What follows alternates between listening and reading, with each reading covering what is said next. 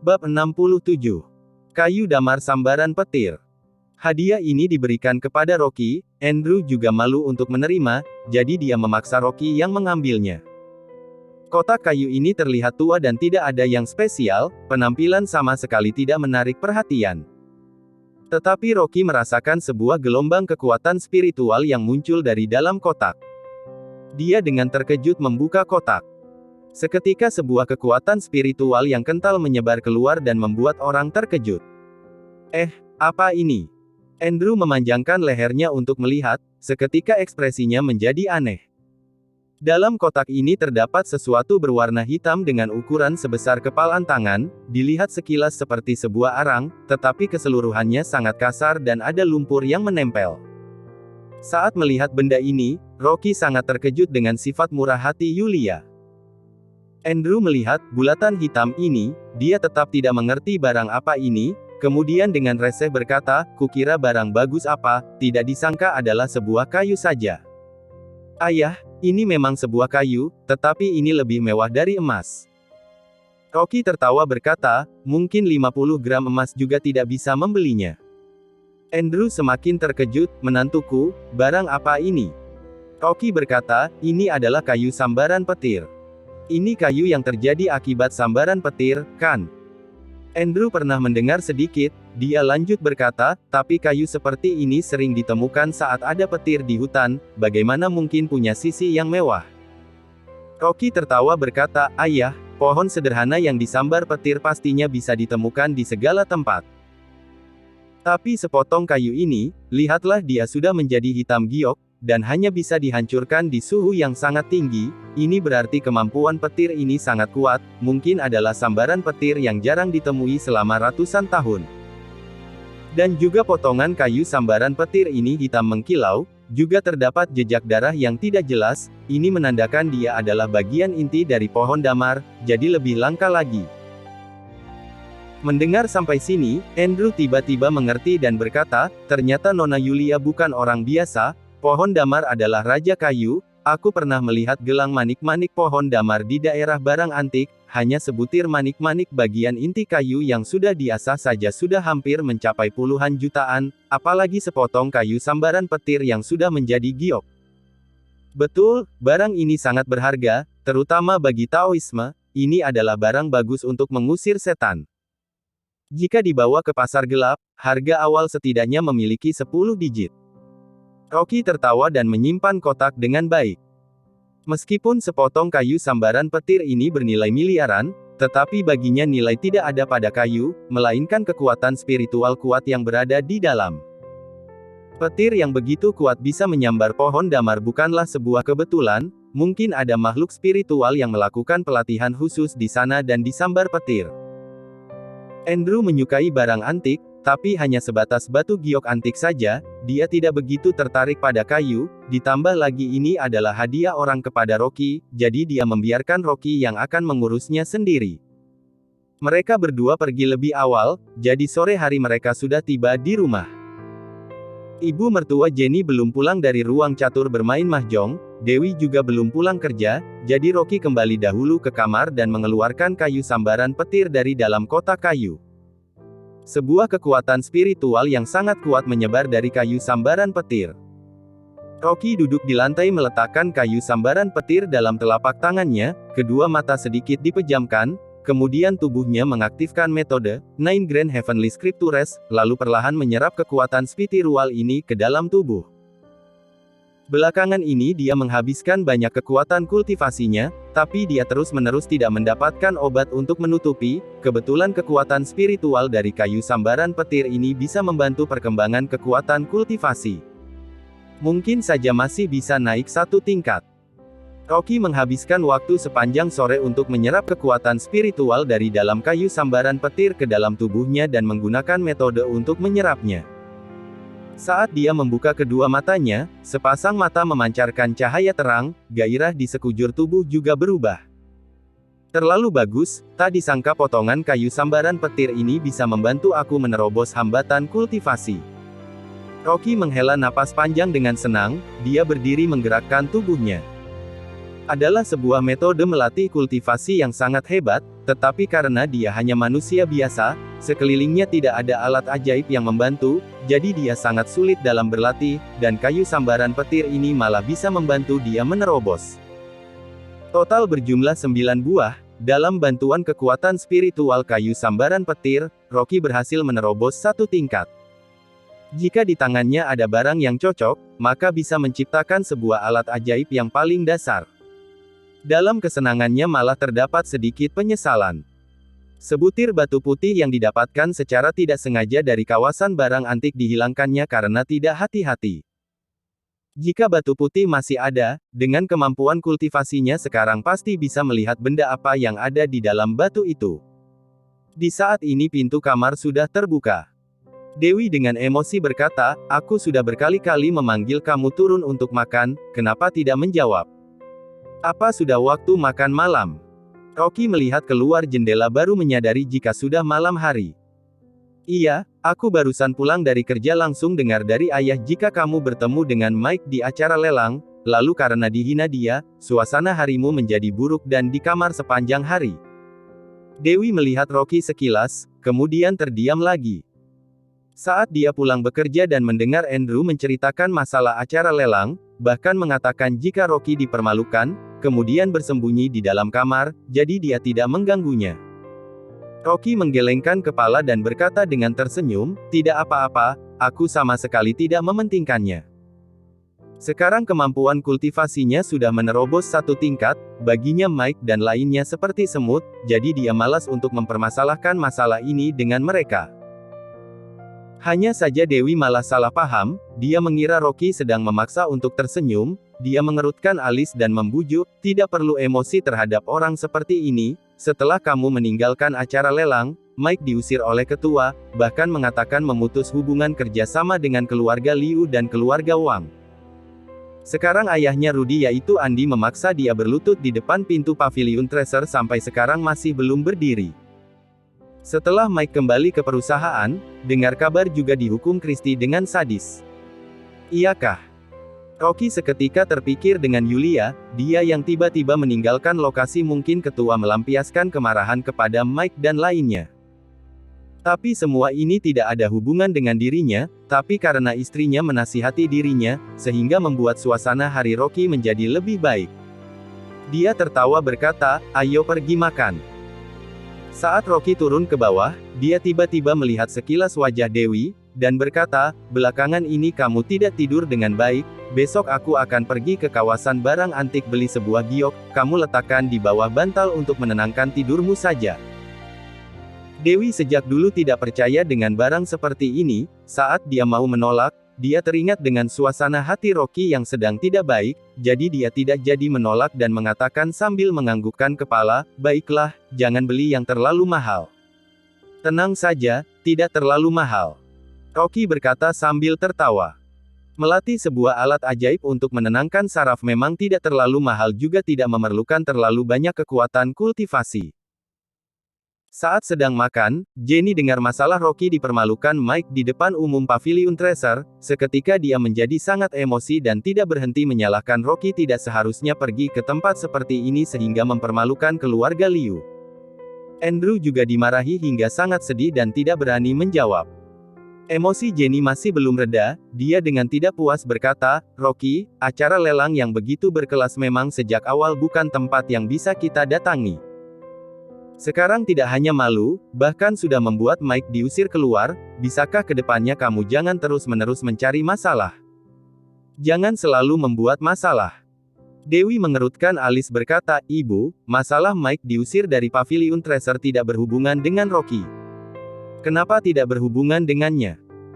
Jenny dengan emosi melemparkan sumpit, Mike pulang beritahu jika Rocky menggunakan cara yang tidak jelas mendapatkan surat undangan, setelah diperiksa langsung membuat ketua marah, bahkan juga melibatkan dia diusir, dan keluarga Wang juga menjadi susah. Semua salah dia. Bab 68. Ketua Pavilion Treasure. Apakah Mike yang mengatakan seperti ini? Rocky mengerutkan alisnya, dia tidak menyangka Mike begitu tidak tahu malu, tak disangka dia malah mengambing hitamkan dirinya. Dewi berkata, "Ibu, aku percaya pada Rocky, surat undangannya bukan didapatkan secara ilegal." Melihat istrinya membela dirinya, hati Rocky menjadi panas dan sedikit terharu setelah mendengarnya. Jenny dengan tidak senang berkata, "Apa hak dia seorang yang tidak berguna mendapatkan surat undangan itu? Sekarang juga sudah menyinggung Mike, bahkan keluarga Wang juga mau mencari Rocky untuk menanyakan jelas.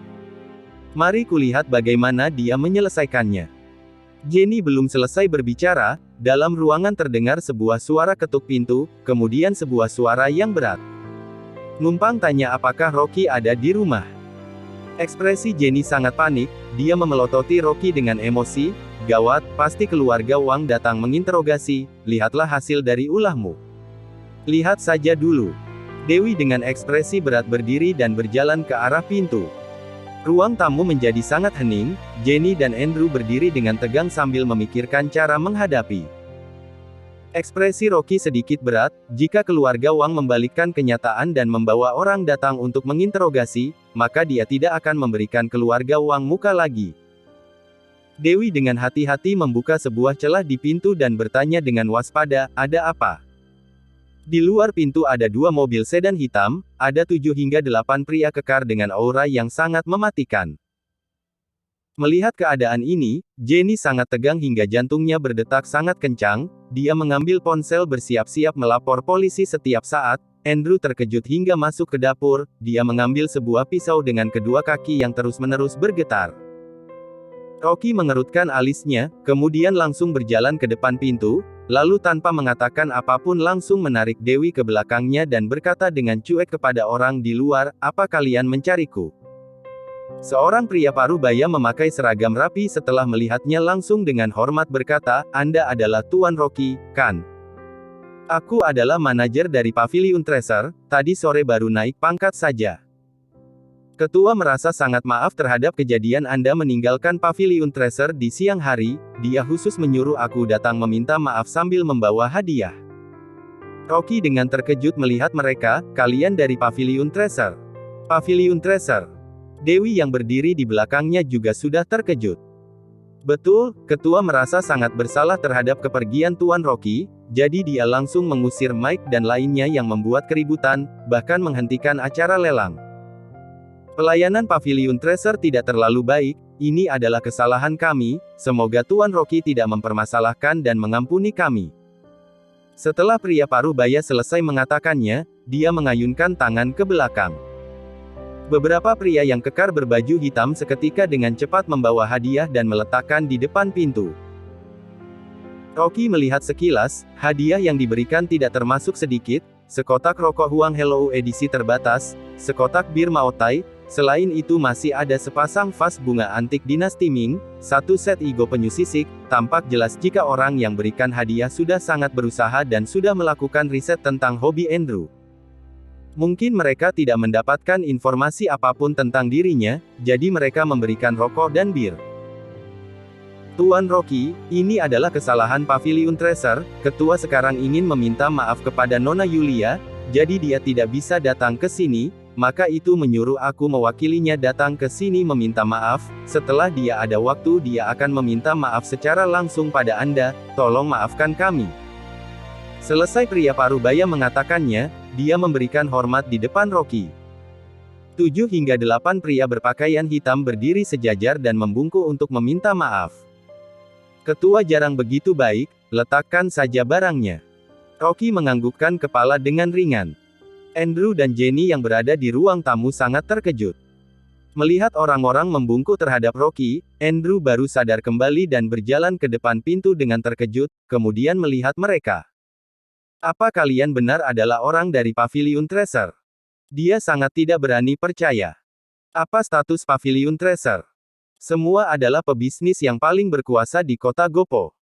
Ketua Pavilion Treasure memiliki pangkat dan kekuasaan, meskipun dia bukan sangat berwibawa di kota, tetapi perkataan dia juga memiliki pengaruh. Tapi kini orang dari Pavilion Treasure telah datang dan meminta maaf kepada Rocky." Bola mata Andrew sudah hampir melompat keluar. Pavilion Treasure datang ke rumahku." Jenny juga langsung berlari ke depan pintu dengan sangat terkejut. Di saat ini sebuah mobil Porsche melaju ke sini dengan cepat, dan berhenti di depan pintu dengan kuat. Supir membuka pintu, seorang pria parubaya bermartabat bersetelah Tang Zuang turun dari mobil dan melangkah besar ke arah pintu. Andrew menaikkan kepalanya melihat pria parubaya ini, dia terkejut hingga melebarkan mulut dan tidak tutup dalam waktu yang lama. Ketua. Dewi juga sangat terkejut, awalnya dia masih tidak percaya mereka adalah orang dari Pavilion Treasure, tetapi sekarang dia sangat terkejut saat melihat pria parubaya yang bermartabat ini. Karena pria parubaya yang bermartabat ini adalah ketua Pavilion Treasure. Dia juga adalah orang paling berkuasa di kota Gopo dan tidak bisa ditemui keluarga Liu. Pria parubaya bermartabat membawa beberapa asisten berjalan ke depan pintu dengan cepat, lalu dengan rasa bersalah menundukkan kepala kepada Rocky. Tuan Rocky, aku adalah ketua dari Pavilion Treasure, tadi karena ada urusan, jadi tidak bisa datang tepat waktu untuk meminta maaf pada Anda. Sekarang khusus datang ke sini untuk meminta maaf pada Anda tentang masalah siang tadi. Pelayanan Pavilion Treasure tidak bagus, bahkan tidak melayani Anda dan Tuan Andrew, ini adalah kesalahan kami, maafkan kami. Selain Rocky, 3 orang keluarga Liu saling bertatapan. Tidak ada yang menyangka jika ketua Pavilion Treasure yang tinggi dan berkuasa datang ke sini hanya untuk meminta maaf kepada Rocky. Rocky menganggukkan kepala dengan ringan berkata, tidak apa-apa, sebenarnya aku juga tidak terlalu tertarik dengan acara lelang, karena aku hanya pergi untuk menemani ayahku. Ketua tidak berhenti menganggukkan kepala terhadap Andrew, Tuan Andrew, maaf saat siang tadi membuat Anda tidak nyaman. Tidak, tidak. Andrew terkejut dan langsung menggoyangkan tangannya. Ketua mengeluarkan 2 buah surat undangan emas dari saku baju, lalu dengan hormat menggunakan kedua tangan mengantar ke depan Rocky, Tuan Rocky, acara lelang siang hari membuat Anda dan Tuan Andrew tidak senang, jadi aku sudah membatalkannya dan diadakan lagi pada lusa hari. Ini adalah kartu VIP Imperial yang khusus dibuat Pavilion Treasure, ini berlaku seumur hidup, Pavilion hanya membagikan 10 buah saja. Mohon menerimanya, kali ini aku janji tidak akan mengecewakan kalian lagi, silakan berikan kami kesempatan untuk menggantinya. Terhadap Mike dan Rudy yang membuat keributan, mereka seumur hidup ini tidak boleh melangkah ke Pavilion Treasure. Rocky melihat sekilas kartu VIP yang permukaannya bersinar, dilapisi emas dan berlian. Dia berkata dengan tenang, aku tidak terlalu tertarik pada acara lelang, kamu tanya maksud ayahku saja. Baik. Ketua langsung mengantar ke depan Andrew, kemudian tertawa sambil berkata, Tuan Andrew, hari ini sungguh maaf, semoga lusa Anda bisa menghadiri, aku pasti akan menyambut secara langsung. Ini. Andrew sudah tenang dari ketegangan, dia melihat kartu VIP sekilas dan tidak tahan untuk menelan ludah. Dia bisa mengenalnya jika ini kartu VIP terbatas dari Pavilion Treasure. Orang yang memiliki kartu VIP ini bisa keluar masuk dengan bebas di Pavilion Treasure, bisa menikmati pelayanan tertinggi, bisa dengan sesuka hati menikmati barang antik. Andrew sama sekali tidak bisa menolak godaan seperti ini, saat dia mau menahan malu untuk mengambilnya, tapi tiba-tiba sebuah tangan diulurkan dari samping untuk merebut 2 buah kartu VIP itu. Jenny dengan tersenyum merebut 2 buah kartu VIP, dia senang hingga seluruh wajah dipenuhi dengan tawaan berkata, karena ketua yang meminta maaf secara langsung, maka aku terpaksa menerima hadiah dan kartu VIP ini, suamiku pasti akan pergi acara lelang lusa. Semua ini adalah uang. Dia tidak boleh menolak sia-sia. Dan juga 2 buah kartu VIP ini membuat dia ada hak untuk pamer di depan teman dekat lamanya. Bab 69. Pembawa sial. Dewi melihat gaya Jenny yang tidak sadar setelah melihat uang, dia dengan tidak berdaya memanggil ibu. Ketua menghela napas tenang kemudian dengan hormat tersenyum kepada Rocky sambil berkata, karena Tuan Andrew menyukainya, maka besok aku akan menyambut kalian di Pavilion Treasure, jadi silakan datang lagi. Rocky membalikkan kepala melihat Jenny sudah dengan bahagia memindahkan bir dan rokok ke dalam rumah, sambil memegang sepasang vas bunga antik diraba dan dilihat di bawah lampu. Dia hanya bisa menggelengkan kepala dengan tidak berdaya di dalam hati dan berkata kepada ketua, aku sudah tahu, kalian pulang saja dulu. Baik, kalau begitu aku tidak mengganggu Anda istirahat. Ketua menghela napas tenang dan pamit dengan hormat. Rocky menutup pintu, memutarkan badannya, tetapi dia langsung terkejut dan berkata, "Kenapa kalian semua melihatku seperti ini?" Dia melihat 3 orang yang berada di ruang tamu, 6 buah mata sedang memelototi dirinya. Sang mertua Jenny mengeluarkan suara batuk, kemudian menunjukkan sebuah senyuman palsu. "Rocky, sejak kapan kamu memiliki hubungan dengan ketua Pavilion Treasure? Kenapa dia bisa datang ke rumah kita bahkan memberikan hadiah dan meminta maaf secara langsung?" Rocky menggelengkan kepala, "Aku sama sekali tidak mengenal ketua Pavilion Treasure. Jadi, kenapa dia memberikan hadiah dan memberikan kartu VIP? Bahkan khusus membatalkan acara lelang karena dirimu?" Jenny tidak percaya. Hanya masalah Pavilion Treasure salah paham dengan Rocky, kini datang untuk meminta maaf, pengertian ini sangat tidak masuk akal.